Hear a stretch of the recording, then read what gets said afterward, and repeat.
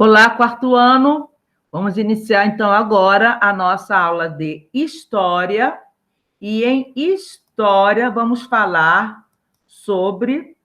continuar falando sobre os povos indígenas.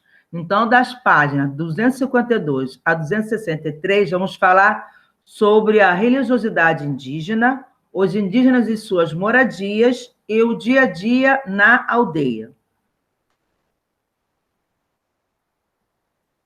Então, temos aqui na 252. A religiosidade indígena. Os povos indígenas têm diferentes crenças religiosas para explicar como surgiu o universo, os seres vivos. Essas crenças também buscam explicar o significado do ciclo anual e os fenômenos naturais que fazem parte do dia a dia nas aldeias. O que são aldeias? São um grupo dos povos que se reúnem, cada grupo, cada povo tem sua língua, então se reúnem nas suas aldeias, como as chuvas, a cheia dos rios, as estações do ano, entre outros fenômenos. Lembra que na última aula nós mostramos como é o calendário, que é em forma de círculo e é separado em ciclos, onde a gente sabe quando tem que pescar, quando tem que colher, quando tem que plantar, diferente do nosso calendário. E sempre observando o céu e as estrelas.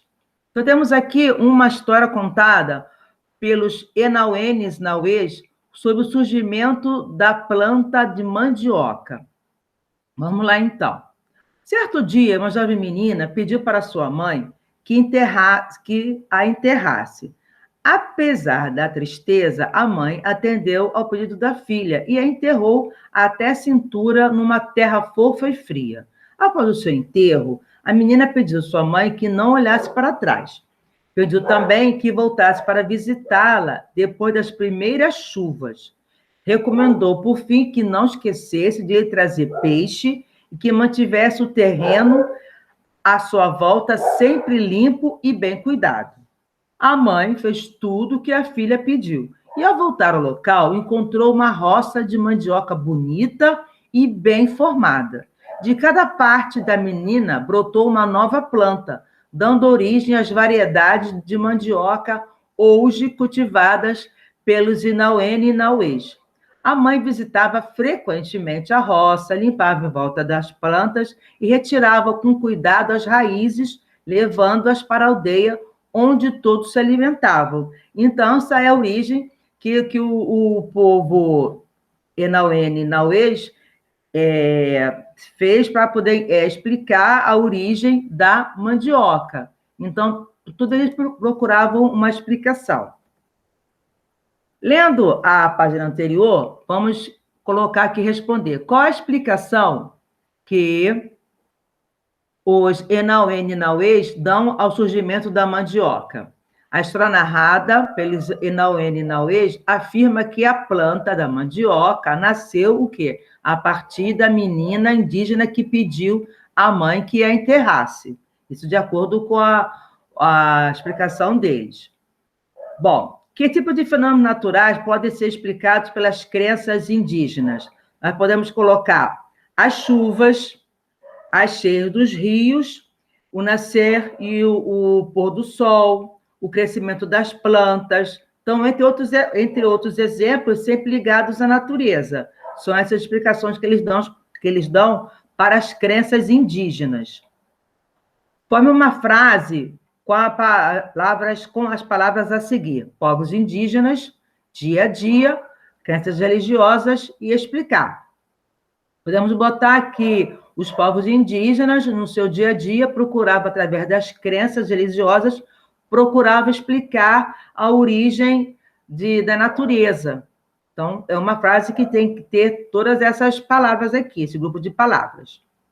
Tá? Na página seguinte, nós vamos já começar a falar sobre as moradias dos indígenas, principalmente como que eram organizadas essas moradias. Os povos indígenas costumavam organizar suas moradias em aldeias.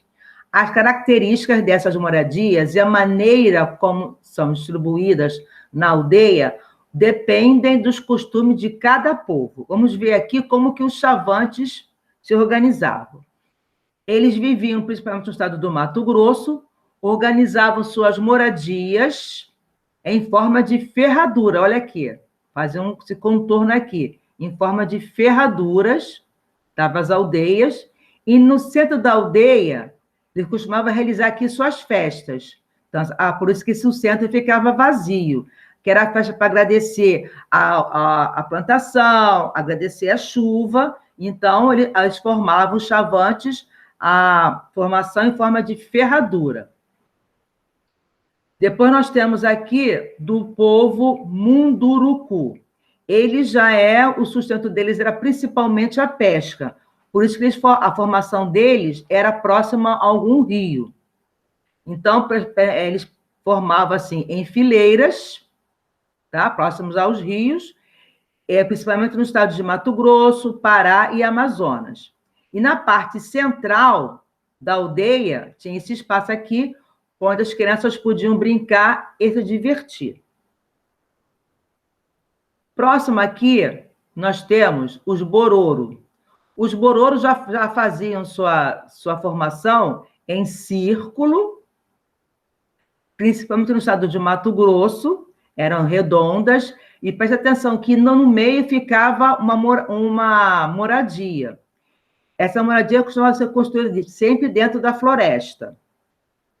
Depois nós temos aqui a outra formação de um outro povo, que é a dos...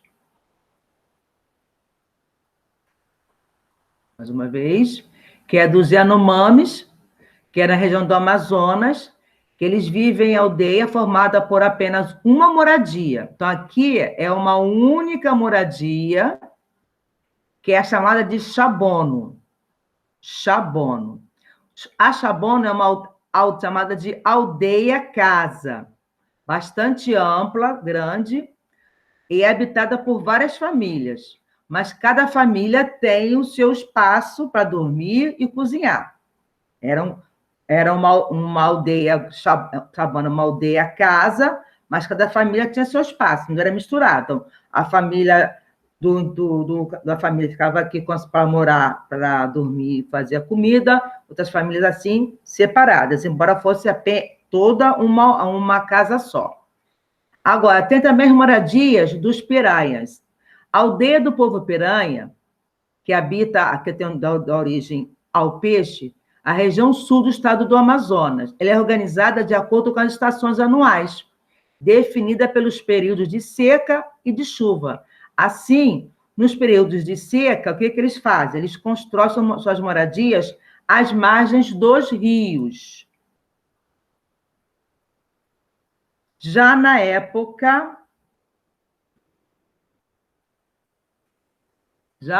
de seca, dá uma voltadinha rapidinho lá para finalizarmos. Já na época de seca, eles costumavam construir seus lugares mais próximos à mata, para poder. Então, eles viviam sempre se mudando. Vamos lá, então, a atividade. Na aldeia casa é usada por volta de 2 anos. Por quê? Depois as folhas que cobrem começam a apodrecer. Quando isso ocorre, é de hábito desse povo queimar a moradia para eliminar baratas, aranhas e outros animais peçonhentos. Vamos ver aqui. A qual povo indígena o texto se refere? Então, está se referindo aos Yanomamis. Yanomamis aqui, olha. Como se nós percebemos que aqui está aqui, olha, aldeia-casa, que nós chamamos de Chabono. Então, está se referindo aos Yanomamis. Qual outro nome dado na moradia de aldeia-casa? Eles chamam de Chabono. De acordo com o texto, por que esse povo costuma queimar suas moradias depois de 2 anos de uso? Por quê? As palhas apodrecem e, queimando assim, eles vão eliminar baratas e aranhas. Pintar, então, de acordo com o povo. De vermelho, chavantes, de azul, bororo e de amarelo, piranhã. Então, esse povo não tem moradia fixa e se muda de lugar conforme os períodos de seca e de chuva. Quem são? São os piranha, vamos pintar de amarelo, todo o espaço. Suas habitações são dispostas na forma de círculo e se localizam dentro da floresta. Quem são? São os Bororo, vamos pintar de azul. A aldeia desse povo indígena tem a forma de uma ferradura. Quem são? São os Xavantes, vamos pintar de vermelho. Opa, voltando.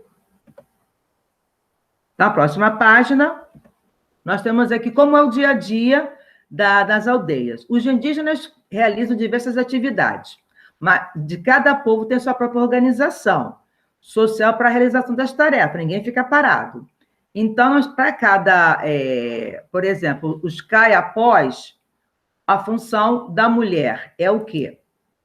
Elas são responsáveis pela roça, onde cultivam milho, batata doce, cana-de-açúcar, banana e mandioca. Então, a função delas cultivar nas plantações, as mulheres.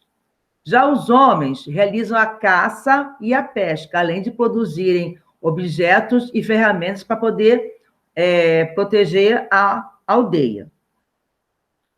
Hoje, o pajé é o líder espiritual da aldeia e tem muitos conhecimentos medicinais para tratar doenças. E ele é muito respeitado pelos caiapós. Nos povos indígenas, a maioria, todos os mais idosos, são bastante respeitados, porque é eles que vão transmitir os conhecimentos para os mais novos. Não só na tribo caiapós, mas em todas as tribos, nos povos indígenas, os mais velhos têm essa liderança, esse respeito, porque são eles que vão passar os conhecimentos para os mais novos, dentro dessa sociedade, né? Além de brincar, as crianças também, caiapós, costumam acompanhar seus pais nas tarefas diárias.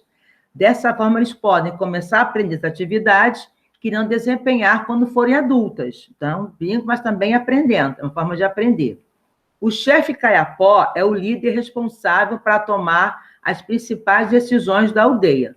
Normalmente, ele considera as opiniões e a vontade da maioria dos membros na aldeia em suas decisões. Ele respeita também a opinião dos outros da aldeia. Fazer aqui vamos ligar. Esse aqui é o líder responsável pelas principais decisões da comunidade, líder responsável. A função do homem é membro do grupo responsável pela caça e pesca.